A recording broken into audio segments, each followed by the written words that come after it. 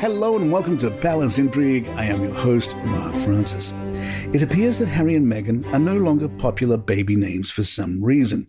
According to Baby Centre, crashing down from 13th place to number 23, the previously popular name Harry seems to have had a negative reception from parents this year. Meghan and alternate spelling Megan have also dropped in registrations. If Meghan writes a memoir, what would she put in it?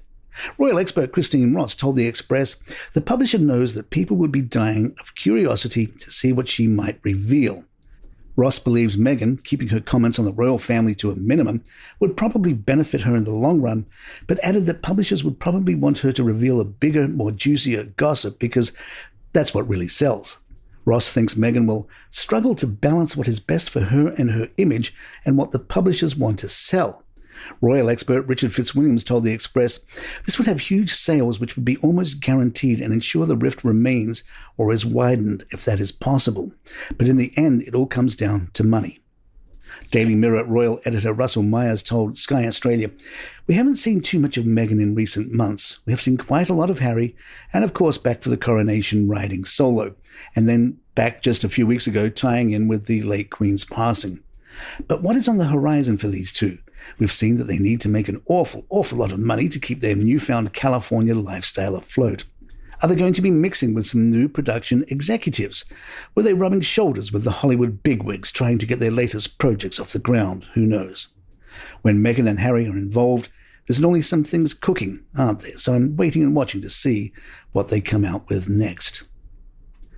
Duncan Larcombe spoke with OK Magazine about the brothers not seeing each other when Harry was in the UK.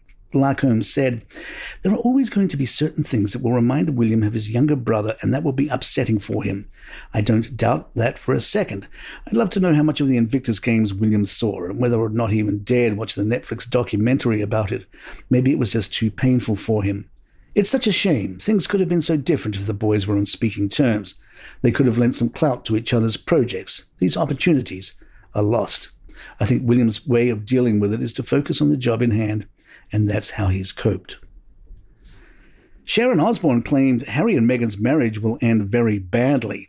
Osbourne said, "I think he's a whining, whinging, complaining, woe is me, I'm the only one that's ever had mental problems, my life was so hard. Everybody's effing life is hard. You were the prince of a country who dressed up as a Nazi and now you're trying to come back as the Pope. Suck it." Comedian Katherine Ryan shared her tale of meeting Harry on her Telling Everybody Everything podcast. According to Ryan, when Harry entered the room, appearing right over her left shoulder, he quickly mentioned her sense of humor.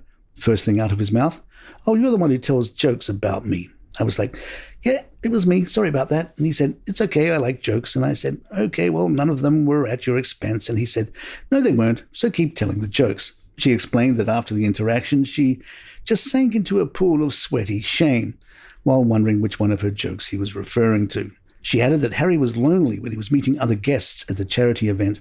His presence was so striking, seeing him up close.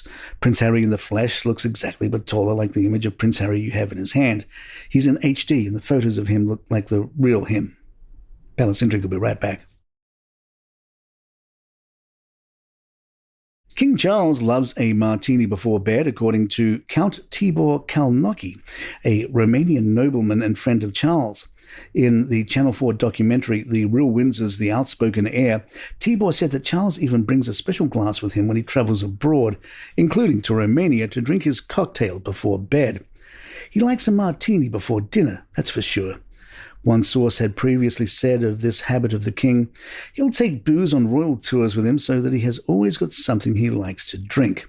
It's quite strange behavior, but for Charles, it just makes sense. And there you have it. If you'd like to email us, our address is thepalaceintrigue@gmail.com. Please head on over to YouTube or youtube.com and hit that subscribe button for us when you do a search for Palace Intrigue.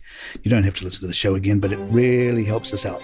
I'm Mark Francis. My thanks to John McDermott. This is Palace Intrigue, and good times.